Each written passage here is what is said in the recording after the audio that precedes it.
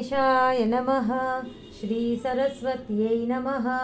श्रीपादवल्लभनरसिंहसरस्वती श्रीगुरुदत्तात्रेयाय नमः। दत्तात्रेयसमारम्भां नृसिंहादिकमध्यमां सच्चिदानन्दपर्यन्तां वन्दे गुरुपरम्परां। श्रीगणपतिसच्चिदानन्दसद्गुरुभ्यो नमः। శ్రీకృష్ణాయ పరమాత్మనే నమో నమః.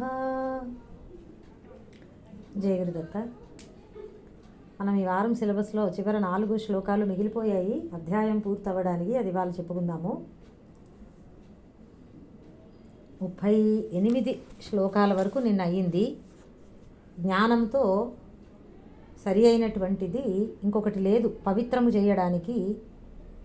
అటువంటి ఆ జ్ఞానాన్ని కర్మయోగ అభ్యాసము చేయగా ఆ జ్ఞానార్హత సంపాదించి కాలక్రమంలో దాన్ని పొందు, స్వయంగా నీలో నువ్వే ఆత్మతత్వాన్ని తెలుసుకుంటావు అని చెప్పారు ఆ శ్లోకంలో. ఇవాళ 39వ శ్లోకము.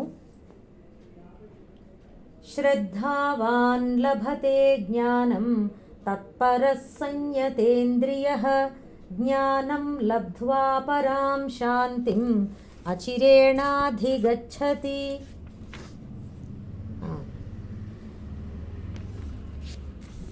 ఏ విధంగా ఆ జ్ఞానము లభిస్తుందో అని ఈ శ్లోకంలో చెప్తున్నారు. ఏ విధంగా ఆ జ్ఞానాన్ని సంపాదించవచ్చు అని. శ్రద్ధావాన్ లభతే జ్ఞానం తత్పరః సంయతేంద్రియః జ్ఞానం లబ్ధ్వా పరాం శాంతిం అచిరేణ అధిగచ్చతి. శ్రద్ధావాన్ శ్రద్ధ గలవాడు, తత్పరః అదే పరమలక్ష్యంగా గలవాడు, సంయతేంద్రియ చక్కగా నిగ్రహించబడినటువంటి ఇంద్రియాలు గలవాడు అయిన సాధకుడు జ్ఞానం లభతే ఆ బ్రహ్మజ్ఞానాన్ని పొందుతున్నాడు. జ్ఞానం లబ్ధ్వా ఆ జ్ఞానాన్ని పొంది అచిరేణ పరాం శాంతిం అధిగచ్చతి. అచిరేణ అంటే తత్క్షణమే వెంటనే పరమశాంతిని అనగా మోక్షాన్ని పొందును.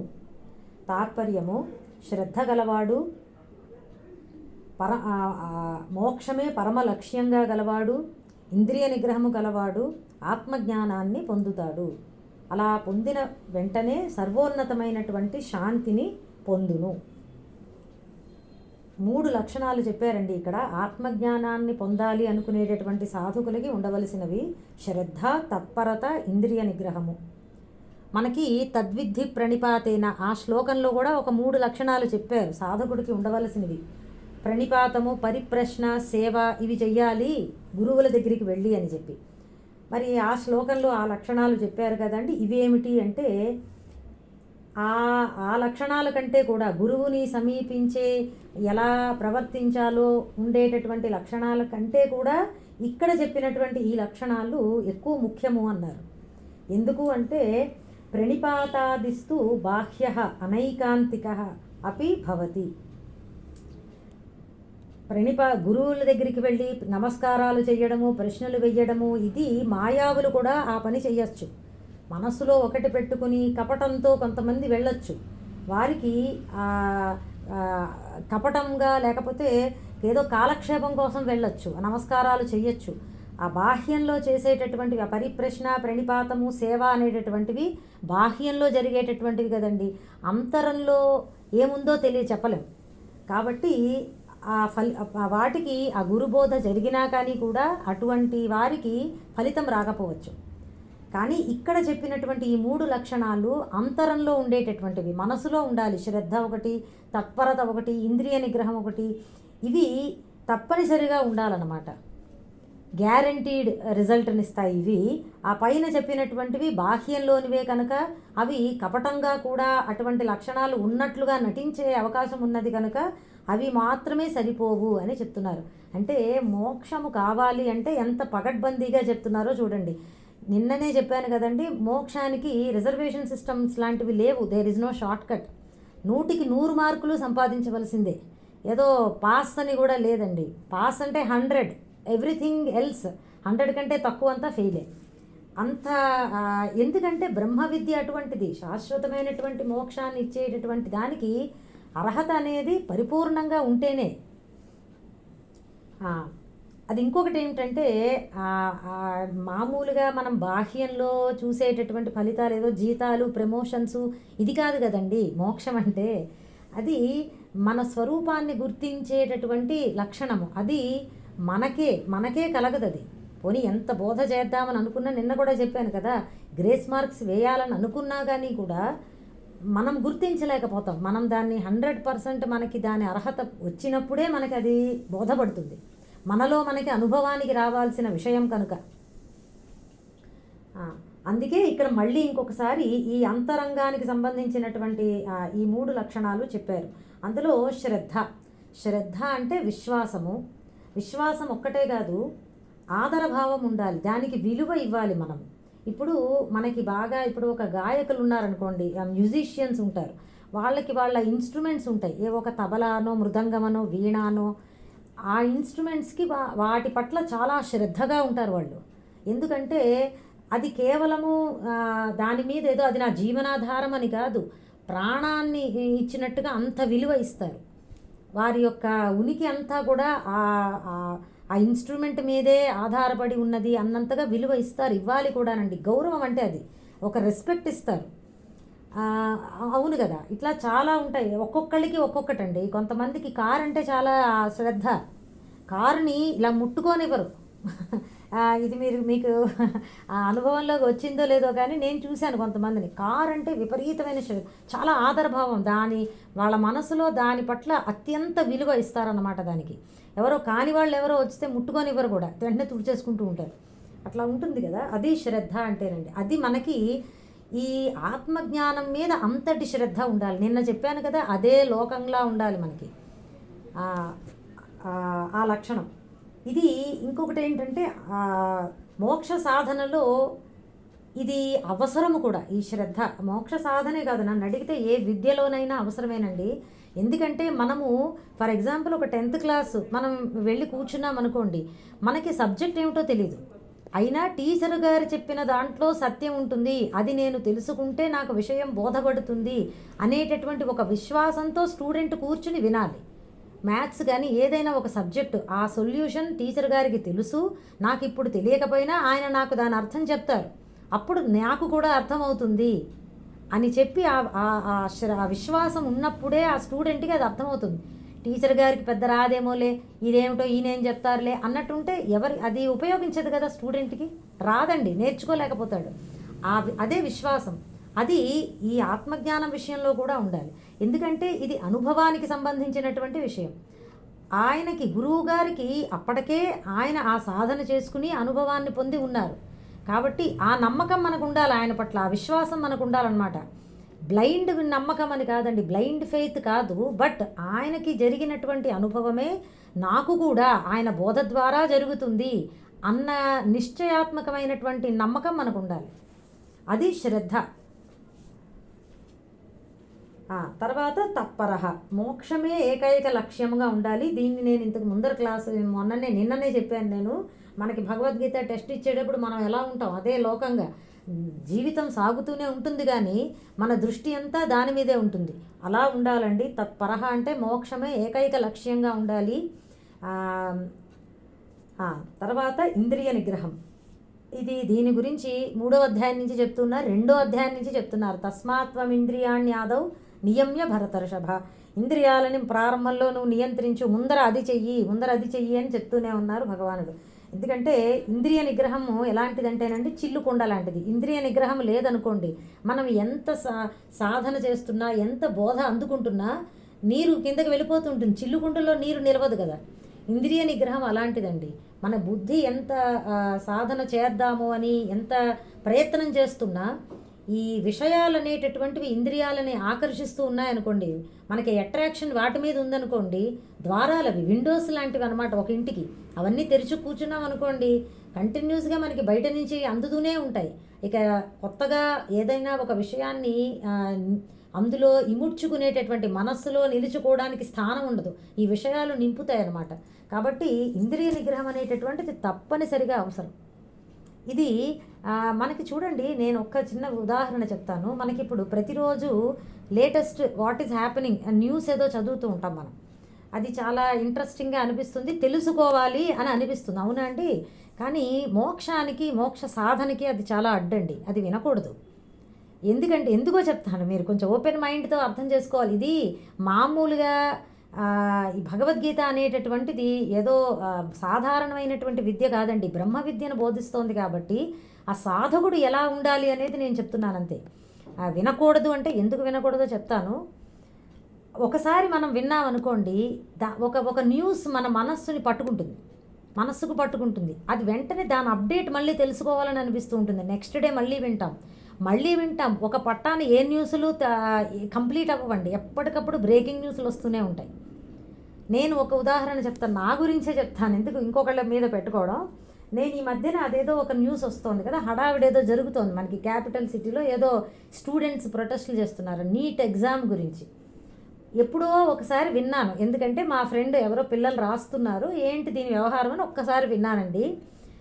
మొన్న వారం ఒక 4 రోజుల ముందర వరకు ప్రతిరోజు వింటూనే ఉన్నాను. ఎప్పటి నుంచి, ఎప్పుడైంది నీట్ ఎగ్జామ్? May 3 నుంచి మొన్న జూన్ 21వ తారీఖున, చూడండి ఎంత అప్ టు డేట్గా ఉన్నాను. జూన్ 21వ తారీఖు వరకు దాన్ని రీటెస్ట్ అయ్యింది. గొడవలేవో జరుగుతూ ఉన్నాయి.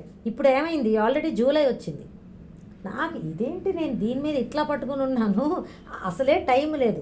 ఆ ఉన్న 5 నిమిషాల్లో ఈ న్యూస్ చూడడం ఏంటి, నా కర్మ కాలిపోతే. పోనీ మా వాళ్ళెవరు రాయట్లేదు ఈ పరీక్ష, ఇదేంటి చూసారా పట్టుకుంది ఒక విషయం దూరిపోయింది అనమాట నా మనసు. అది డిస్టర్బ్ అవుతోంది మైండ్. దాని గురించి అప్పుడప్పుడు మళ్ళీ ఏమై ఉంటుందో, ఏమన్నా తేలిందో తేలలేదో, ఇదనమాట అండి ఇంద్రియ నిగ్రహం లేకపోతే జరిగేది ఇది. అది ఎప్పటికప్పుడు మనం 24/7 జీవితాంతము ఇది మనం జాగ్రత్త చేసుకోవాలండి. నాకు తెలియదంటారా, అది మనకు ఏ విధంగానూ ఉపయోగించదు. అటువంటి న్యూస్లు ఏమీ ఉపయోగించవు ఇప్పుడు జీవితంలో. దాని నుంచి నేను సాధించేదేం లేదు. అది నేను బాగా ఫాలో అయిపోయి మైండ్ దాని మీద పెట్టి దాన్ని ఆలోచించి అదేం ఉపయోగించదు నాకు. అన్నీ తెలిసినా కానీ కూడా చూడండి, ఇంద్రియము ఎలా ఉంటుందో, మన మనసు ఆకర్షితమైపోయిందంటే మనల్ని ముంచేస్తుంది. చెప్పుకున్నాం కదా ఇంతకు ముందర నుంచి కూడా. అప్పుడు నాకు ఒక వారం రోజుల క్రితము ఇదేంటిది, ఇది అసలు ఇది నాకు అనవసరమైనటువంటి విషయం కదా అని చెప్పి అసలు ఇంకా అన్ని social media news channels close చేశాను, అసలు ఓపెన్ చేయడం మానేశాను. ఎంత హాయిగా ఉందో ఇప్పుడు. ఏం జరుగుతుందో తెలుసుకోవాలని కూడా అనిపించట్లే. మనకి కొంచెం గ్యాప్ ఇవ్వాలన్నమాట అండి, మనమే గుర్తించుకుని. ఇట్లా ఒకటి కాదండి, ఎన్నో ఉన్నాయి. మనము ఆకర్షితం అయిపోయేటటువంటి విషయాలు మనకి ఎన్నో వస్తున్నాయి.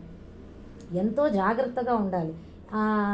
అందుకు చెప్పానన్నమాట అండి, మోక్షం కావాలి అనుకునేటటువంటి వారికి ఏదైనా ఒక విషయం పట్టుకుందనుకోండి, ఇంకా న్యూస్లు కానీ ఏదైనా ఇంకా అదే తిరుగుతూ ఉంటుందా, మనకి సాధన డిస్టర్బ్ అవుతుంది. ధ్యానం చేసుకుందాం అనుకుంటే ఏమో అక్కడ ఏం జరుగుతుందో అని మన మైండ్లోకి రావచ్చు. అంతవరకు రాలేదనుకోండి, అసలు చెప్తున్నా మీకు.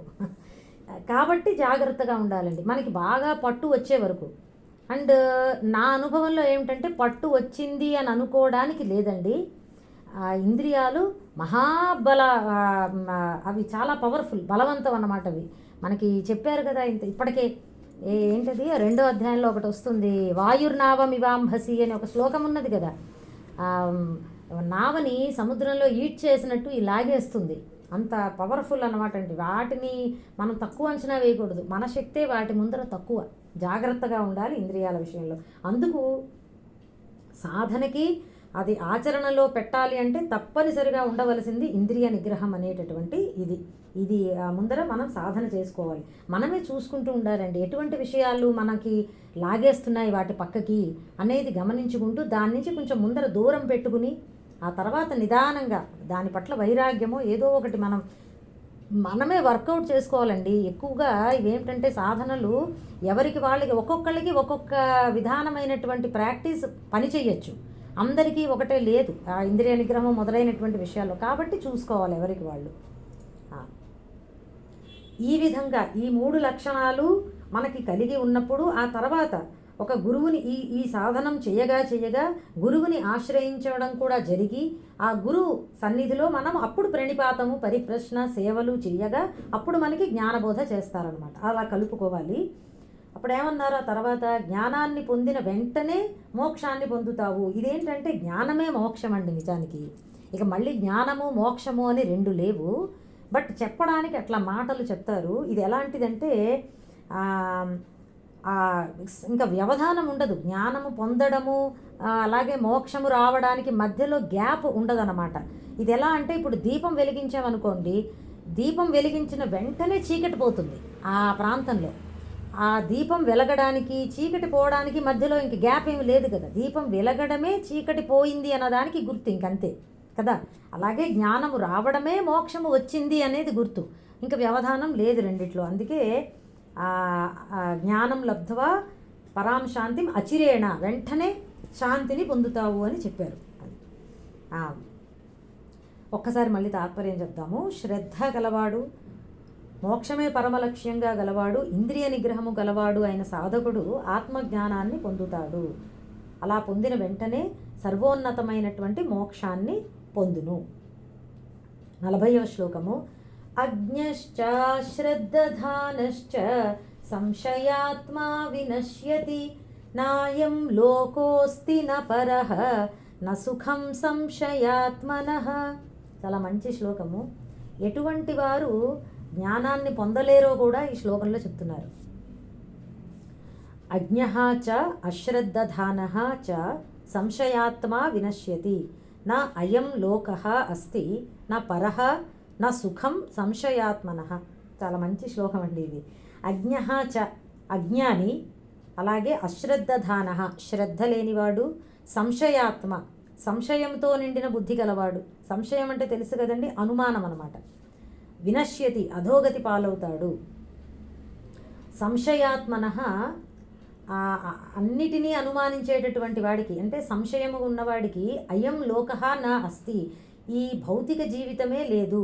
పరః నా సుఖం నా, పరలోకము కూడా లేదు, ఎక్కడా సుఖము కూడా లేదు. బాగుంది.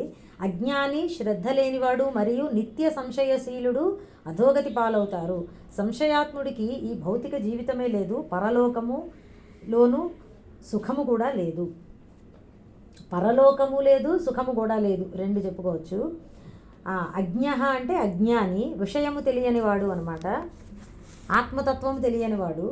అశ్రద్ధధానః, ఒకవేళ ఎంతో కొంత తెలిసినా దాన్ని ఆచరించనివాడు లేదా నమ్మనివాడు. శ్రద్ధ అంటే విశ్వాసము కదా, అవిశ్వాసం అన్నమాట, నమ్మనివాడు.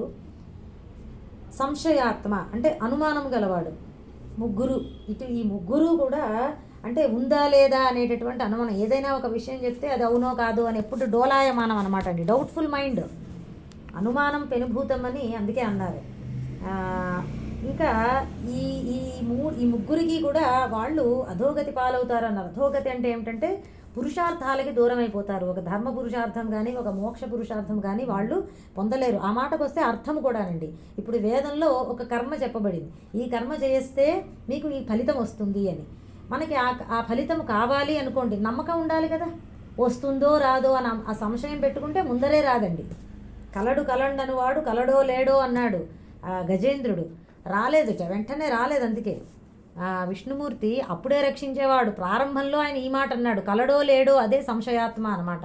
నువ్వు నిర్ణయించుకోనైనా నేను ఉన్నానని అనుకుంటే అప్పుడు నేను వస్తాను అనుకుని ఆయన ఉన్నాడంట. పోతన గారు భాగవతంలో చెప్తారనమాట ఆ శ్లోకం. దాంట్లో చివరికి ఆయన పిలుస్తాడు, నీవే తప్ప ఇతపరం బెరుగ మన్నింపదగుందీను నిన్ అన్నప్పుడు ఆయన వస్తాడు, రావే ఈశ్వర కావవే వరద, ఇక నువ్వు తప్ప నాకు దిక్కులేరు అని అన్నప్పుడు అప్పుడు దిగి వచ్చాడండి. ఆ నమ్మకం మనకి అదేదో ఒకటి ఉండేది, ఏంటండి, ఒక కౌన్ బనేగా కరోడ్పతినా ఇందులోనూ ఆర్ యూ ష్యూర్ అని ఏదో ఒక క్వశ్చన్ ఆయన అడుగుతూ ఉండేవాడు, పక్కా అనుకుంటూ. అప్పుడు వీళ్ళు చెప్పినప్పుడే అది ఏదో లాక్ చేయడం ఏదో ఆన్సర్ అట్లా అనమాట అండి. ఇక్కడ ఆ సంశయం ఉండకూడదు. సంశయం అంటే గుర్తుపెట్టుకోండి, అనుమానం వేరు, క్వశ్చన్ ఉండడం వేరు. ఇప్పుడు ఫర్ ఎగ్జాంపుల్ సందేహం ఉండొచ్చు, అంటే నాకు ఒక డౌట్ ఉందండి అంటారు. డౌట్ పర్వాలేదండి, ఉండొచ్చు. డౌట్ అంటే క్వశ్చన్ అని అర్థం.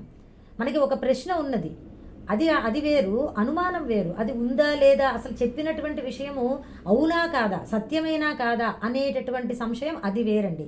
సంశయం అంటే క్లియర్గా అర్థమైంది కదా, ఆ క్వశ్చన్సే ఉండకూడదేమో అని కాదు, క్వశ్చన్స్ ఉండాలి, అవి చక్కగా తీర్చుకోవాలి. కానీ వాటికి సమాధానాలు లభించినప్పుడైనా, అసలు విషయాన్ని గ్రహిస్తున్నప్పుడైనా ఇది అవునో సత్యం అవునో కాదో అన్న అనుమానం, అది సంశయం అంటే. ఈ ముగ్గురిలో కూడా ఏమంటున్నారంటే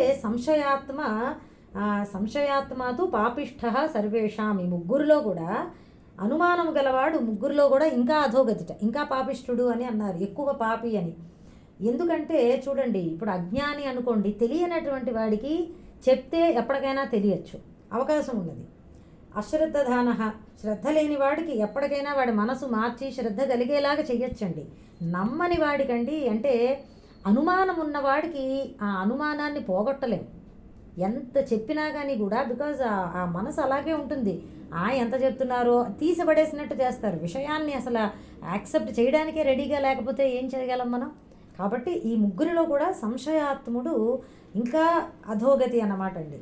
అతడికి మనకి జీవితంలో కూడా అంతే కదండి, ప్రతి విషయంలోనూ అనుమానం ఉన్న వాళ్ళకి ఎక్కడా సుఖం లేదు. వాళ్ళు సుఖంగా ఉండలేరు, వాళ్ళ చుట్టుపక్కల వాళ్ళని కూడా సుఖంగా ఉంచరు, చాలా కష్టపెడతారు. అనుమానస్తులు ఉంటే కనుక జీవితం చాలా కష్టం వారితో కదా. ఏ విషయంలో ఉన్నా ఇప్పుడు ప్రతి దానికి అనుమానమే. అసత్యం పలుకుతున్నారా, సత్యం పలుకుతున్నారా, ఇట్లా ఇంతలా ఉండకూడదు. కొంచెము ఏదన్నా మనకి జాగ్రత్తలో ఉండడం వేరండి. అస్తమానం అనుమానం పడడం అది కొంచెము ఉండకూడని లక్షణమే. అది ఆత్మవిద్యలో అసలే అది అసలు ఏ విధంగానూ మనకి ఉపయోగపడనిది. ఎందుకంటే ఆత్మతత్వం గురించి చెప్తున్నారు. జీవుడు ఈశ్వరుడు ఒకటే అని చెప్తారు, ఆయనకు అనుభవం అయిందని గురువుగారు చెప్తారు. ఇంకా ఇంకా ఇదంతా ఏకత్వమే అని అంటారు. మనకి ఇంతగా భిన్నంగా కనబడుతుంటుంది. ప్రారంభ దశలో ఎలా ఉంటుందంటేనండి, మనకి ఉన్నటువంటి అనుభవం, మనకి కరెంట్గా ఉన్నటువంటి ఎక్స్పీరియన్స్కి కంప్లీట్లీ డిఫరెంట్గా ఉంటుందండి తత్వం చెప్పేది. ఆపోజిట్గా ఉంటుందన్నమాట. మనకి ఎలా కనబడుతుందండి ఇప్పుడు ప్రపంచం, మనకి నేను ఈ ప్రపంచం అప్పటికే ఉన్నది, నేను అందులో ఒక సమయంలో పుట్టాను అని మనకు అనిపిస్తుంది కదా. కానీ అలాగే ఈ నేను నేను ఇలా ఉన్నాను, నాకు ఇన్ని భిన్నంగా ఇన్ని పదార్థాలు కనబడుతున్నాయి, ఇన్ని వస్తువులు కనబడుతున్నాయి. ఇప్పుడు ఆత్మతత్వంలో ఏం చెప్తారండి, వేదాంతంలో ఏం చెప్తారు, అంతా ఒకటే అని చెప్తారు. అసలు ఇంకొక మాట ఏమిటంటే, ప్రపంచం అనేటటువంటిది ఈ ఎరుక ఏదైతే ఉందో, జ్ఞానము, అది లేకుండా ప్రపంచము లేదు అని చెప్తారు. ఆ విషయాన్ని అర్థం చేసుకోవడానికి ఎంతో కష్టం అవుతుంది మనకి. ఎలా ఎలా అని అనిపిస్తుందండి. దానికంతా సమాధానాలు ఉన్నాయి. కానీ ఎందుకు చెప్తున్నానంటే, మనకి అనుభవం కరెంట్లీ ఏదైతే ఉన్నదో, మన ఇంద్రియాలతో మనం ఏది చూస్తున్నామో దానికి కంప్లీట్ ఆపోజిట్గా వేదాంతం మనకి ఒక విషయాన్ని చెప్పేటప్పుడు ఒక ఒక ఒక పర్సెంట్ ఆఫ్ శ్రద్ధ, ఆ విశ్వాసము లేకపోతే, అలాగే సంశయాలు లేకుండా ఉన్నప్పుడు మాత్రమే మనకు ఆ విషయం ఏదన్నా అసలు గ్రహించి ఆ తర్వాత తర్కంగా లాజికల్గానే ప్రూవ్ చేస్తారు. అంతవరకైనా మనం ఆగాలి కదా. మన బుద్ధి ఒక లెవెల్ ఆఫ్ డౌట్తో యాక్సెప్ట్ చేశాక అప్పుడు ఎలా అది సత్యమో నిరూపించే వరకు మనం ఆగాలి. సంశయాత్మకి అది కూడా అవ్వదు అసలు, ఏమాత్రమో ఆ విషయం ఇంకా లోపలికి వెళ్ళదన్నమాట అండి. అసలు ఇప్పుడే మీరు చూడండి, ఒక విషయం చెప్తాను. స్వామీజీ వారు ఒకసారి దత్త జయంతికి 2-3 సంవత్సరాల క్రితమే, చాలామందికి తెలుసుంటుంది ఇది, ఒక మాట అన్నారు. నువ్వే దత్తుడివి, నేనే దత్త అని అనుకో అని అన్నారు. కళ్ళు మూసుకుని ధ్యానం చేస్తూ మీరు అనండి అని అన్నారు. అది నిజానికి చాలా మనకి భయం వేస్తుంది. ఎక్కడ దత్తాత్రేయ స్వామి? దత్తాత్రేయ స్వామి అంటే ఆయన అఖండమైనటువంటి దీక్షలో ఉండేటటువంటి, మనకి ఒక రకమైనటువంటి మహర్షి, బ్రహ్మర్షి, జ్ఞానంతో వెలిగిపోతున్నటువంటి ఒక ఋషిలాగా మనకి అనిపిస్తుంది. నేనేమిటో ఇన్ని పాపాలు చేస్తున్నాను, నేను ఇంత సాధారణమైన మనిషిని, ఆ దత్తాత్రేయ స్వామి ఎక్కడా అని అనిపిస్తుంది. మనసులో ఒకసారి అనుకోండి, నేనే దత్తుడు అనేటప్పటికీ ఆ మాట మనకి ఒక రకంగా అయిపోతుంది. యాక్సెప్ట్ చేయలేకపోతామండి. అమ్మో అనిపిస్తుంది, అపరాధమేమో అనిపిస్తుంది.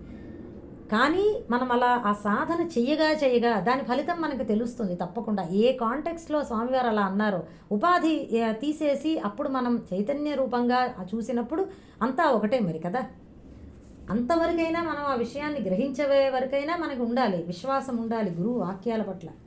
కానీ అత్యంత సాధనలు సులభమైతే కాదండి, ఎంత ఎంత కష్టమో. చాలా నాకు ఇప్పటికే అది బాగా గుర్తుండిపోయింది. అమ్మో అని అనిపించింది, ఎలా నేనే దత్త అని ఎలా అనుకోవాలి అని చెప్పి. అది మెల్లిగా అది సాధనలో అలవాటు అవుతుంది. అంటే మనం అంత పవిత్రంగా ఉండాలి. మనలో చెడ్డ ఆలోచనలు, కోపతాపాలు పెట్టుకున్నప్పుడు మనం ఎలా మనల్ని మనం సాక్షాత్ ఈశ్వరుడితో పోల్చుకోగలుగుతాము? మనం ఆ స్థితికి ఎదగాలి అనేది అక్కడ మనకి తెలుస్తోంది కదా. అలా అన్నమాట అండి. ఇప్పుడు ఇలాంటిది మామూలుగా అనుమానం ఉన్న వాళ్ళ దగ్గర అన్నాం అనుకోండి, వాళ్ళకి అసలే నమ్మరు. వాళ్ళు అసలు ఎలా ఆ ఏకత్వాన్ని సాధించాలి అన్న ప్రశ్న మాట పక్కన పెట్టేస్తే అసలు ముందరే వాళ్ళకి ఎక్కదు బుద్ధిలోకి. కాబట్టి సంశయాత్ముడికి జీవితంలో కూడా ఈ లోకంలోనే సుఖం లేదు, సుఖంగా ఉండలేడు, ఎప్పుడు అనుమానమే కదా. ఇక పరలోకం మాట దేవుడేరు, పరలోకం ఉందో లేదో అంటాడు, ఎప్పుడు అదే కదా డౌట్. అలా కాబట్టి ఎక్కడా సుఖము పొందలేడు అని చెప్పారు. ఇక 41వ శ్లోకము. ఇక ఉపసంహారం చేస్తున్నారు అధ్యాయాన్ని 2 శ్లోకాల్లో మొత్తం సారాంశం చెప్తారు. యోగ సన్యస్త కర్మాణం జ్ఞాన సంఛిన్న సంశయం ఆత్మవంతం న కర్మాణి నిబధ్నంతి ధనంజయ. ధనంజయ అని అర్జునుడిని సంబోధిస్తూ ఆ జ్ఞాన సంఛిన్న సంశయం, జ్ఞానము చేత సంశయాలన్నీ తొలగిపోయినవాడు, యోగ సన్యస్త కర్మాణం. ఇక్కడ యోగము అన్న మాటకి ఈ శ్లోకంలో యోగం అన్న మాట జ్ఞానయోగం అండి. భాష్యంలో అలా చెప్పారు, జ్ఞానయోగమని. జ్ఞానయోగము ద్వారా సమస్త కర్మలను పరిత్యాగము చేసినవాడు, సన్యసించినవాడు, ఆత్మవంతం, నిత్యము ఎప్పుడూ ఆత్మస్వరూపము యందు అప్రమత్తుడై ఉండేవాడు అయిన సాధకుడిని కర్మాణి నా నిబధ్నంతి, ఈ కర్మలు బంధింపజాలవు. జ్ఞానయోగము చేత సమస్త కర్మలను పరిత్యాగము చేసినవాడు, సంశయాలన్నీ తొలగినవాడు, ఆత్మవంతుడు అయిన సాధకుడిని కర్మలు బంధించవు. మనము ప్రారంభంలో చెప్పాను, 4వ అధ్యాయము జ్ఞానపరంగా కర్మయోగ సాధన ఎలా చేయాలో 4వ అధ్యాయం మనకి నేర్పుతుందన్నమాట. అందుకే ఇక్కడికి వచ్చేటప్పుడు చూడండి, జ్ఞాన సంఛిన్న సంశయం యోగ సన్యస్త కర్మాణం అని అన్నారు. జ్ఞానయోగము చేత సమస్త కర్మలను పరిత్యజించినవాడు, అలాగే కర్మలు బంధించవు అని జ్ఞానపరంగా చెప్తున్నారు కర్మయోగాన్ని. అదేమిటంటే మొట్టమొదటిది యోగ సన్యస్త కర్మాణం అన్నమాట. జ్ఞానము చేత కర్మలన్నిటినీ కూడా త్యజించినవాడు, వదిలినవాడు అని. ఏ విధంగా అంటే కర్మలు చేయడం మానేసినవాడు అని కాదండి. జ్ఞానము పొందాక కర్మలు చేయడం మానేసినవాడు అని కాదు అర్థము. జ్ఞానము చేత ఆత్మను అకర్త అని చెప్పి గుర్తించినటువంటి వాడు, తన యందు ఆత్మస్వరూపమునందు ఏ కర్తృత్వము భోక్తృత్వము లేదు అని గుర్తించినవాడు, కర్మలు కేవలము శరీరాదుల వల్లనే జరుగుతున్నాయి అని తెలిసినవాడు అన్నమాట. అటువంటి వాడు కర్మ చేస్తున్నా కానీ కూడా చెయ్యనట్లే అని ఇప్పటివరకే చెప్పుకున్నాం చాలాసార్లు. కర్మణి అకర్మయ పశ్యేత్ అన్న శ్లోకం నుంచి ఈ విషయాన్ని చెప్తున్నాం. అదిగో అలా తెలిసినవాడు ఎవడో ఆయన యోగ సన్యస్త కర్ముడు అని. అంటే జ్ఞానము చేత, అంటే కర్తృత్వము తొలగడమే ఇక్కడ కర్మ సన్యాసము, కర్మ మానడము కాదండి. ఆ కర్మ యందు నేను చేస్తున్నాను అనేటటువంటి కర్తృత్వాన్ని వదులుకున్నవాడు, కేవలము ఒక యాంత్రికంగా కర్మ జరిగిపోతోంది, నేను సాక్షిగా దర్శిస్తున్నాను అనేటటువంటి ఆత్మస్థితిలో ఉన్నటువంటి వాడు అతడు యోగ సన్యస్త కర్మాణం అన్నమాట, కర్ముడు.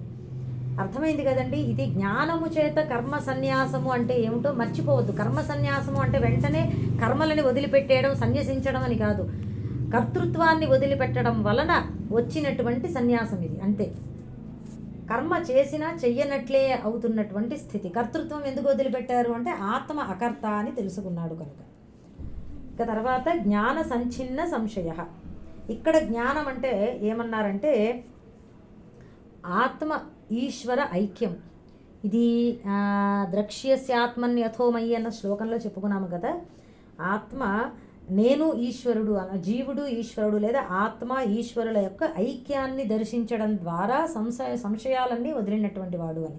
ఇంకా అన్ని సందేహాలు తొలగాడంటే నిశ్చయాత్మకంగా ఆయనకి బుద్ధిలో స్థిరంగా ఈ జ్ఞానము నెలకొన్నది. ఏ విధంగా ఈ జీవ ఈశ్వర అభేదం అనేటటువంటిది ఏ విధంగా సిద్ధిస్తోంది అనేది చాలా నిశ్చయాత్మకంగా తన బుద్ధి యందు అన్ని సంశయాలు వదిలించుకున్నటువంటి వాడు అతడు జ్ఞాన సంఛిన్న సంశయ. ఆత్మవంతం అంటే నిరంతరము కూడా అప్రమత్తుడై ఉండేవాడు అంట. అప్రమత్తుడు అంటే తెలుసు కదండి, ఇంగ్లీష్లో కరెక్ట్ వర్డ్ గుర్తు రావట్లేదు, సరే తెలుగులో ఎక్స్ప్లెయిన్ చేస్తాను. అప్రమత్తత అంటే ఆల్వేస్ బీయింగ్ అటెంటివ్ అని చెప్పుకోవచ్చేమో. అంటే చాలా ఏమరపాటు లేకుండా ఫర్గెట్ఫుల్నెస్ లేకుండా ఉండేవాడు ఏ విషయంలో. అంటే ఏమరపాటు అంటే అర్థమైంది కదా, అంటే కర్మలు నిరంతరము జరుగుతూనే ఉంటాయి మన శరీరం ద్వారా. ఎప్పుడూ కూడా నేను చేస్తున్నాను అన్న కర్తృత్వం ఒక్కసారి కూడా రాకుండా జాగ్రత్త పడేవాడు అన్నమాట అండి. కర్మలను ఆ దేహాదుల చేష్టలుగానే ఎప్పుడూ ఏమరపాటుగా దర్శిస్తూ ఉండేవాడు. అంటే ఆల్వేస్ ఆయనకి ఎప్పుడు కూడా ఆత్మ సాక్షి, నేను సాక్షిగా ఉన్నాను అనేటటువంటి ఆ దర్శనం ఏదైతే ఉందో అది ఇరవై నాలుగు గంటలు నిరంతరము సాగుతోంది. ఆత్మ దృష్టి ఆయనకి నిరంతరము ఉన్నది. ఎప్పటి ఒక్క క్షణం కూడా అది మర్చిపోవట్లేదు, ఏమరుపాటు కలగట్లేదు ఆ జ్ఞానంలో. ఒకసారి అనుభవం అయ్యాక అలాగే ఉంటుందిలేండి. అసలు చెప్తున్నాను ఆ ఆత్మవంతం అంటే ఎలా ఉంటుంది అనేది. ఎన్నటికీ కూడా కర్మలు ఎందు కర్తృత్వం అనే బుద్ధి రాదు. అంటే ఆత్మ దృష్టిలోనే, తన ఆత్మస్థితిలోనే ఎప్పుడూ నిరంతరము ఉంటాడు. ఇది ఆత్మవంతం అన్న మాటకు అర్థం. అటువంటి వాడిని కర్మలు బంధించలేవు. మళ్ళీ ఇంకొకసారి చూసుకుందాము. యోగ సన్యస్త కర్మాణం. ఈ శ్లోకానికి ఇంకొక అర్థం కూడా చెప్పారండి, అది కూడా చెప్తున్నాను. యోగ సన్యస్త కర్మాణం అంటే అక్కడ యోగము అన్న మాటకి జ్ఞానము అన్న అర్థం చెప్పుకున్నాం. జ్ఞానము చేత ఆత్మను అకర్త అని తెలుసుకున్నవాడు అని ఒక అర్థము. ఇంకొక అర్థం ఏం చెప్పారంటే కొన్ని వ్యాఖ్యానాలలో యోగము అంటే కర్మయోగము తీసుకున్నాం అనుకోండి, సమత్వ బుద్ధి రూపమైనటువంటి కర్మయోగం. ఆ కర్మయోగము ద్వారా కర్మలు ఆచరిస్తున్నప్పుడు ఏమవుతుంది, అక్కడ కూడా ఈశ్వరార్పణ భావనతో కర్మలు ఆచరిస్తూ ఉంటాము. అక్కడ కూడా కర్తృత్వం మన యందు పెట్టుకోము. ఆత్మతత్వం తెలియకపోయినా కర్తృత్వం నా యందు లేదు, ఈశ్వరుని యందు పెంచాము. ఈశ్వరుడే చేయిస్తున్నాడు, ఫలితం కూడా ఆయనకే అర్పణ చేస్తున్నాం. అటువంటి అలా అనుకున్నప్పుడు కూడా కర్మలు సన్యసించినట్లే, ఎందుకంటే కర్తృత్వం మన యందు పెట్టుకోలేదు కదా.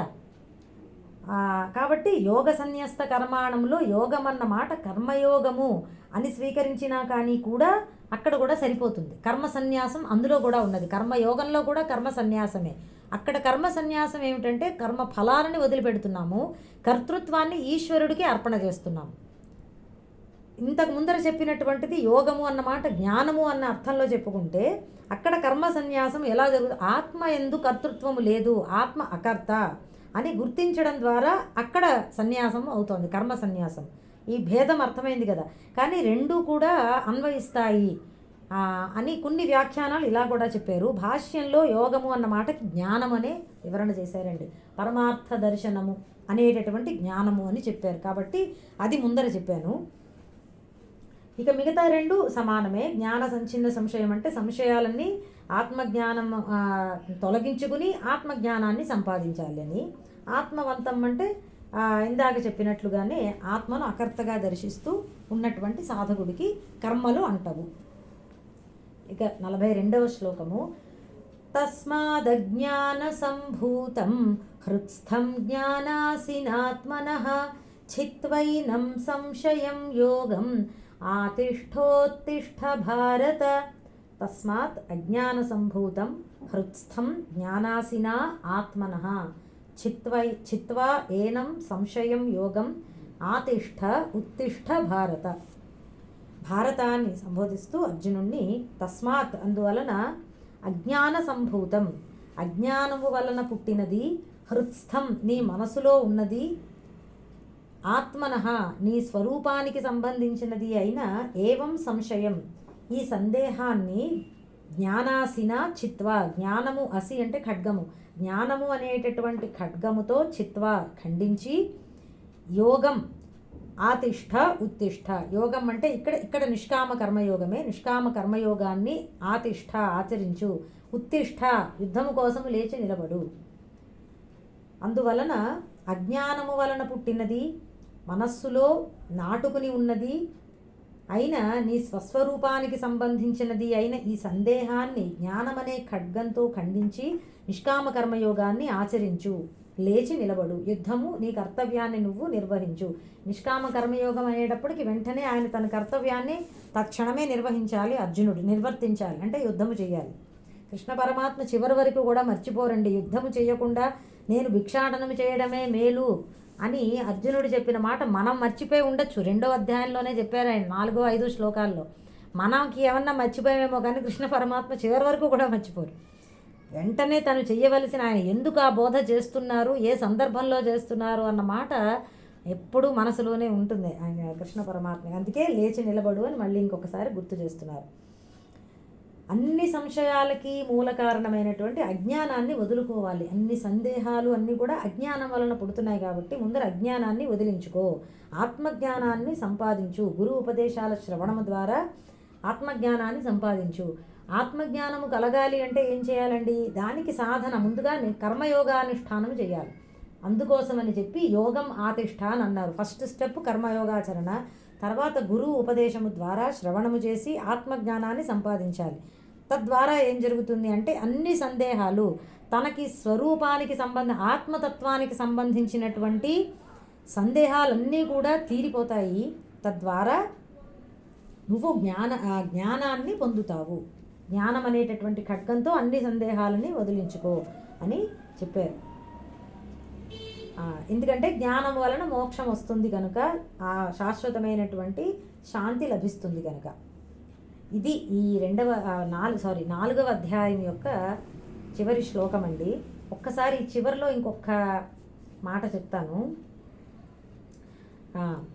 ఇప్పుడు డైరెక్ట్గా మనము సరే చెప్పారండి, జ్ఞానము వలన అన్నీ నశిస్తాయి, అన్ని సందేహాలు పోతాయి, అన్నిటికీ మూల కారణమైన అజ్ఞానం పోవడం వలన మనకి అన్ని సమస్యలు తీరిపోతాయని ఎంతో కొంత ఏదో అర్థమవుతున్నట్లుగా ఉన్నది. అయితే డైరెక్ట్గా మనం జ్ఞానంలో కూర్చున్నాం అనుకోండి, జ్ఞానం ఆధ్యాత్మం క్లాస్ చెప్తున్నారు, వేదాంతము భగవద్గీత, సరే అక్కడ కూర్చుందామా అంటే సరిపోతుందా? ప్రతి ఒక్కళ్ళు కూడా మనం జ్ఞానం క్లాసులో కూర్చుందాము వేదాంత క్లాసులో అని అన్నారనుకోండి, నిజానికి కూర్చోలేకపోతారండి. ఎందుకంటే ఆలోచనలు మనసులో అక్కడ ఏదో చెప్తూ ఉంటారు, ఎక్కడో ఒక చోట మనకి అర్థం కాదు, వెంటనే మైండ్ ఎక్కడికో వెళ్ళిపోతుంది. అవునా కాదా? లేదా నిద్ర వచ్చేస్తూ ఉంటుంది, డిస్ట్రాక్షన్స్ అయిపోతూ ఉంటాయన్నమాట. అది ఎందుకు జరుగుతోంది అంటే మనస్సు పరిపరి విధాలు ఆలోచిస్తోంది. చిత్త విక్షేపము అంటారు దాన్ని, అలా అయిపోతుంది. ఈ చిత్త విక్షేపం మరి ఎలా వదులాలండి? అది ఎందుకు వస్తుంది చిత్త విక్షేపం? దాని ఆలోచనలు కోరికలు ఎక్కువగా ఉన్నాయి. ఇంకా బాగా చిత్త విక్షేపం తొలగాలి అంటే ఏం చేయాలండి? దానికి ఉపాయము ధ్యానము చేయాలి, ఫోకస్ చేయాలి, మనస్సుని ఏకాగ్రం చేసుకునే ప్రయత్నం చేయాలి. భక్తి కూడా ఉపయోగపడుతుంది. సరే బాగానే ఉందండి చెప్పారు, ధ్యానానికి కూర్చుంటే కూడా అదే చిత్త విక్షేపం, అదే ఆలోచనలు కదా. భక్త్యా సరిగ్గా కుదరట్లేదు, కొంత చేస్తాము భయం వల్ల, ఏదో కోరికలు తీరాలనో, అంతగా భగవంతుడి పట్ల కూడా ఏమో ఎంత ఉందో, కాబట్టి అంత ఏకాగ్రమైనటువంటి భక్తి కూడా ఏమీ ఉండట్లేదు. దానికి ఏం చేయాలండి? అది కూడా సాగట్లేదండి మాకు. దానికి కారణం ఏమిటంటే మనసులో ఇంకా బాగా రాగద్వేషాలు ఉన్నాయన్న గుర్తండి. ఇప్పుడు అది పోవాలి. ఇప్పుడు రాగద్వేషాలు అయితే ఎలా తొలగాలండి అంటే ఒకటి ఉపాయం, కర్మయోగము ఆచరించాలి. పరోపకారంగా నిస్వార్థంగా మనము కర్మలు చేస్తూ ఉండాలండి. దాన ధర్మాలు, మన కర్తవ్య కర్మలు, స్వధర్మాచరణ చేయాలండి. స్వధర్మాచరణలో ఎంతో నిష్ఠ ఉంటుంది. అది చక్కటి నిష్కామ కర్మయోగం అండి. ప్రతిదినము మనం పూజ ఇలాంటివన్నీ చెయ్యవలసిన. ఇప్పుడు ఇవాళ చూడండి ఏకాదశి, తొలి ఏకాదశి, ఎంతో కొంత మనం ఉపవాసం చేయడము, విష్ణు నామస్మరణ చేయడము, ఇది స్వధర్మం. నైమిత్తిక తిథి కదా, అట్లా ఏదో ఒకటి ఎంతో కొంత మనకి ఎంత వీలైతే అంత అసలంటూ ఏదో ఒకటి చేయాలండి. నిరంతరము మనము సుఖంగా ఏ కష్టము లేకుండా, శరీరము కష్టపడకుండా, ఎప్పుడు భోగభాగ్యాలతో తులతూగుతూ అదే జీవితము అని అనుకుంటే అది తప్పండి. ఎప్పుడు చెప్తూనే ఉంటాను నేను ప్రతి క్లాస్లోనూ కూడా, మనిషి పుట్టినవాడు బద్ధుడు. ఆ బద్ధత, ఆ బంధం నుంచి తొలగించుకోవాలి అంటే ఫస్ట్ మనము ధర్మం ఆచరించాలి. మనం ఏది నిర్వర్తించాలో అది చెయ్యాలి. పొద్దున్నే లేచి ఒక సూర్య నమస్కారం అన్నా పెట్టుకోవాలి కదండి. సూర్యుడి దగ్గరికి వెళ్ళి ఎదురుగా సూర్యుడిని చూసి, ఎందుకంటే మన ప్రాణము సూర్యుడి వల్లనే నిలబడుతున్నది. ఒకసారి ఊహించుకోండి, సూర్యోదయం అవ్వట్లేదు అనుకోండి, ఏమవుతుందండి? చీకటి అయిపోయింది భూమి అంతా కూడా, ఇంకా ప్రాణులు బతకరు. ఒకసారి అలా ఇమాజిన్ చేసుకుంటే మీరు, ఆ సూర్యుడు, ఆ సౌరశక్తి మనకి ఉత్తేజాన్ని, అసలు ప్రాణశక్తిని నిలబెడుతోంది. లేకపోతే మనకి అన్నము లేదు, ఏమీ ఉండదండి.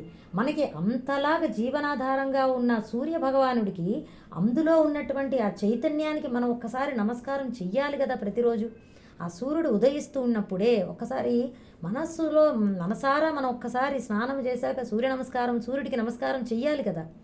అట్లీస్ట్ మీరు సరే భక్తి అంతగా లేదనుకోండి, మిగతా పిల్లలకి మనకంత విశ్వాసం ఉండకపోవచ్చు, సూర్యుడికి నమస్కారం చేయాలనన్నా మనం నేర్పగలగాలండి. ఎందుకంటే సూర్యుడు భూమి మీద ఉన్న ప్రాణికోటి అంతటికీ కూడా ఆధారం. లేకపోతే జీవితం లేదు ఇక మనకి. అటువంటి ఆ సూర్యుడికి మనము ఒక భగవత్ శక్తిగా మనం భావన చేస్తూ ఒక నమస్కారం చేయాలి. అర్హత ఉన్న వాళ్ళు సంధ్యావందనం చేయాలి. స్త్రీలైనా నమస్కారం చేసుకోవాలి, సూర్య నమస్కారాలు, ఏదో ఒకటి ఒక నమస్కారము. ఇట్లా ప్రతి దినము మనం చేయవలసినవి చాలా ఉన్నాయి. అగ్ని తీసుకోండి, అగ్ని లేకపోతే మనకు ఆహారం అవుతుందా అండి? ఎలక్ట్రిసిటీ రూపంలోనన్నా, గ్యాస్ రూపంలోనన్నా ఏదో ఒక రూపంలో మనకి అగ్ని వేడి లేకపోతే ఆహారం ఎలా తినగలం, ఎలా వండుకుంటాం మనం? ఆ అగ్ని ఎవరు పుట్టించారండి? ఎలా వచ్చింది అగ్ని? మనం ఆలోచన చేస్తే అగ్ని ఏమిటి, ఎక్కడి నుంచి వచ్చింది? నీరు ఎక్కడి నుంచి వచ్చింది? ఏదో కోర్స్ అందరికీ తెలుసు H2O మాలిక్యూల్స్ అని చెప్పి, అది ఎక్కడి నుంచి వచ్చాయి? ఎవరు అలా పెట్టారు, నిలబెట్టారు?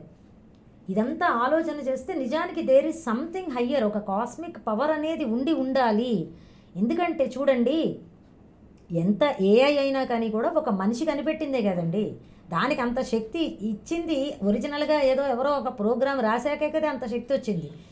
అంతటి ఏదైనా కానీ కూడా ఒక జస్ట్ కేవలము ఒక నాన్ లివింగ్, ఒక జడమైనటువంటి పదార్థము తనంత తానుగా అది జన్మించలేదు అంటే ఉండలేదు, తనంత తానుగా అది ఏ ఫంక్షను చేయలేదండి. ఎవరో ఒకళ్ళు నడపాలి. కార్ అయినా కానీ కూడా దానికి వెనకాతలు ఏదో ఒకటి ఉండాలి కదా, నడవడానికైనా నడిపించడానికైనా. అలాగా ఈ మొత్తము ప్రపంచము నడుస్తున్నది అంటే ఏదో ఒక శక్తి కారణమై ఉండాలి. అండ్ ఆ శక్తికి ఏదో ఒక చైతన్యం ఉండాలి, తెలివి ఉండాలి కదా. ఇది తెలుసుకుని మనము ఆ శక్తికి మనం చేయగలిగినంత ప్రతిదినము కృతజ్ఞత ప్రకటన అనేది ఉండి తీరాలండి.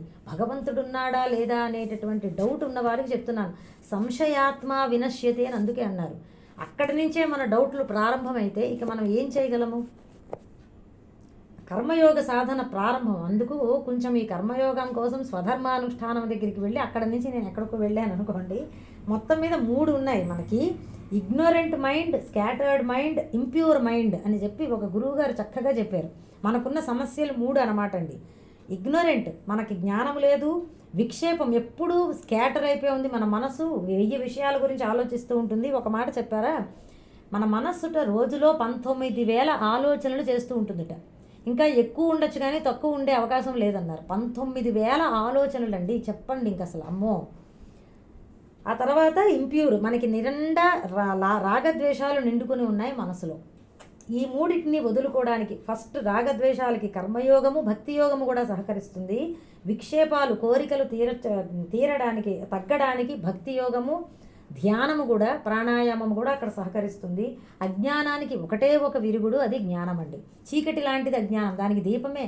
ఇంకా అజ్ఞానం తొలగడానికి వేరే దారి లేదు. జ్ఞానం, అది ఆత్మజ్ఞానం అన్నమాట. ఇవి 3 మనం మన సాధన స్టెప్స్ ఇలా ఉండాలన్నమాట. ఇక్కడతో 4వ అధ్యాయం పూర్తయింది. ఒకసారి అది చదివి మనము గీతా సారము కథ ఒకటి చెప్పుకోవాలి. ఓం తత్సదితి శ్రీమద్భగవద్గీతాసు ఉపనిషత్సు బ్రహ్మ విద్యాయాం యోగశాస్త్రే శ్రీకృష్ణార్జున సంవాదే జ్ఞానయోగో నామ 4థోऽధ్యాయః. ఈ అధ్యాయానికి గీతాసారములో ఇచ్చినటువంటి శ్లోకము, జ్ఞానయోగానికి కర్మ వికర్మత్వం చింతయ చాత్మని కర్మగతిం నాస్తి జ్ఞాన సమం లోకే త్యజ చాహంకృతి మిహ దేహే. అద్భుతంగా ఉంటుందండి. అసలు ఈ గీతాసారములో ఆ ఒక్క శ్లోకము చాలు, మొత్తం ఆ అధ్యాయం యొక్క సారం తెలిసిపోతుంది. కర్మ అకర్మ వికర్మ, కర్మను అలాగే కర్మ చేయకపోవటాన్ని, కర్మను విపరీతంగా అంటే విరుద్ధంగా చేయడాన్ని, వికర్మ అంటే నిషిద్ధ కర్మ, చేయకూడని కర్మ చేయటాన్ని, అలాగే ఈ 3 కర్మల వల్ల కలిగే ఫలాన్ని కూడా ఆలోచించు, కర్మ గతిని ఆలోచించు.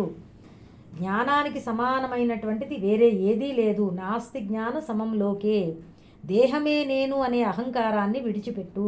త్యజచ అహంకృతిం ఇహ దేహే. ఈ దేహమునందు నేనే అనేటటువంటి ఆ భావాన్ని విడిచిపెట్టు. ఇది జ్ఞానయోగం యొక్క సారాంశం అండి. ఎందుకంటే జ్ఞానం అంటేనే నేను దేహము అనేది వదులుకుని నేను ఆత్మస్వరూపంగా తెలుసుకోవడం. కాబట్టి అది వదిలిపెట్టడం చాలా ముఖ్యమైనటువంటిది. ఎంత చక్కగా ఉన్నదో గీతా సారం ఈ అధ్యాయానికి. ఈ గీతా సారం అండి అర్థాలతో సహా ప్రతిరోజు మనం అసలు మననం చేసుకుంటే కూడా భగవద్గీత మొత్తము మనకి ఒక్కసారి రివిజన్ అయినట్టు ఉంటుందండి. ఏం చెప్పారు అధ్యాయంలో అని చెప్పి. ఎందుకంటే ఎన్నో శ్లోకాలు ఉంటాయి, మనకి అంతా గుర్తుండదు కదా సారం అంతా. గీతా సారం మనము అర్థాలతో ఒకసారి చదువుకునే ప్రయత్నం చేయాలి. ఇక ఈ 4వ అధ్యాయ మహిమ పద్మపురాణాంతర్గతంగా వచ్చింది. ఒక్క నిమిషం అండి. వృక్షాలకే మోక్షం, ఈ మహిమ కథ పేరు. పూర్వము కాశీక్షేత్రంలో భరతుడు అనేటటువంటి ఒక సాధకుడు ఉండేవాడుట. ఆయన రోజూ కూడా జ్ఞానపరమైనటువంటి సాధన చేసుకుంటూ కాశీ విశ్వేశ్వరుడి సన్నిధానంలో కూర్చుని భగవద్గీత 4వ అధ్యాయాన్ని పారాయణ చేస్తూ ఉండేవాడుట. అలా కొంతకాలం చేయగా ఆయనకి తీర్థయాత్రలు దర్శించాలి అనేటటువంటి సంకల్పం కలిగి ఆయన బయలుదేరాడు. అలా ప్రయాణమయ్యి ఆయన ఎన్నో తీర్థాలు క్షేత్రాలు దర్శించుకుంటూ వెళుతూ ఉన్నాడు. ఒకానొక సందర్భంలో ఆయనకి ఒకరోజు ప్రయాణం చేస్తూ ఉంటే రాత్రి అయ్యేటప్పటికి ఒక అరణ్యంలో ఆయన ఉండవలసిన బుద్ధి వచ్చింది. అంటే అప్పట్లో ఇలాగ ఊర్లో హోటల్స్ లేవు కదండి ఆ సమయంలో. అప్పుడు ఆయన ఏదో ఒక భద్రమైనటువంటి ఒక ప్రదేశాన్ని ఎంచుకుని అక్కడ కూర్చుని సాయంకాల అనుష్ఠానాలు పూర్తి చేసుకుని సంధ్యావందనాది అనుష్ఠానాలు ఆయన అలవాటు ప్రకారంగా భగవద్గీత 4వ అధ్యాయాన్ని పారాయణ చేసుకున్నాడట. అక్కడే ఒక 2 రేగి చెట్లు కనిపించాయి ఆయనకి. అక్కడ రాత్రి అక్కడే పడుకుని నిద్రపోయాడు ఆయన తలకి ఒక రేగు చెట్టు, కాళ్ళకి ఒక రేగు చెట్టు తగులుకుతూ ఉన్నాయి. అలాగే ఆయన పడుకున్నాడు తాకుతూ వాటిని. మనస్సులోనే ఆ అధ్యాయాన్ని మననం చేసుకుంటూ ఆయన నిద్రపోయాడు. పొద్దున్నే లేచి తిరిగి ఆయన అనుష్ఠానాలు పూర్తి చేసుకుని ఆయన వెళ్ళిపోయాడు. అయితే ఆ రోజు నుంచి ఆ 2 రేగు చెట్లు బాగా ఎండిపోయాయట, పూర్తిగా చచ్చిపోయాయి ఒక 5 రోజుల్లోనే. ఆ చెట్లలో ఉన్నటువంటి జీవులు మళ్ళీ ఇంకొక జన్మ ఎత్తి ఒక పక్కనే ఉన్నటువంటి గ్రామంలో బ్రాహ్మణ బాలికలై జన్మించారట. ఆ పిల్లలకి పుట్టుకతోనే పూర్వజన్మ స్మరణ ఉన్నది. వాళ్ళకి ఎవరూ ఉపదేశించకుండానే ఈ 4వ అధ్యాయం నోటికి వచ్చి వాళ్ళు ఎప్పుడు ఏం పనులు చేస్తున్నా 4వ అధ్యాయం శ్లోకాలు చదువుతూ ఉండేవారట. వాళ్ళకి చిన్న 7 సంవత్సరాల వయసు వచ్చేటప్పటికి ఒకరోజు ఆ ఊర్లో వాళ్ళు ఆట ఆడుకుంటుంటే ఒక మహర్షి గారు అలా వెళుతూ వీళ్ళు చూశారు. ఆ మహర్షి గారిని చూసిన వెంటనే ఆయన్ని గుర్తుపెట్టి పరిగెట్టుకుంటూ ఆయన దగ్గరికి వెళ్ళి నమస్కారం చేశారట. ఎవరమ్మా మీరు, ఎందుకు నాకు ఇలా నమస్కారం చేస్తున్నారా అని నన్ను అడిగితే వీళ్ళు చెప్పారట, మేము పూర్వజన్మలో మిమ్మల్ని అరణ్యంలో చూసామండి, మేము రేగు చెట్లుగా శాపవశాన రేగు చెట్లుగా పుట్టాము.